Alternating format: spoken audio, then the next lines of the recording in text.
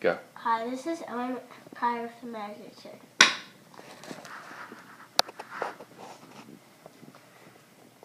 Cut up. Okay. First you need to make them to pick a card. Say that your card can't see it. Okay. Put your card down right there. Now, here's what you're gonna do. You're gonna split up the deck.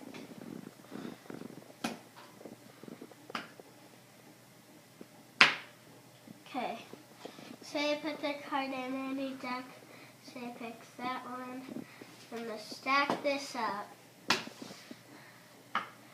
And then put it on top of the deck. Now, take a card that's sticking out. Could be any card. Put it on the top.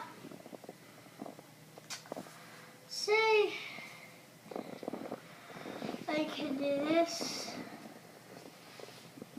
I'm gonna put their card on top of the deck. Hand shuffle it. So now the decks are like mixed up. I'm gonna flip over the deck. Find a card that's flipped over. Say this card's flipped over. Is this your card? Ace of Diamonds? Awesome.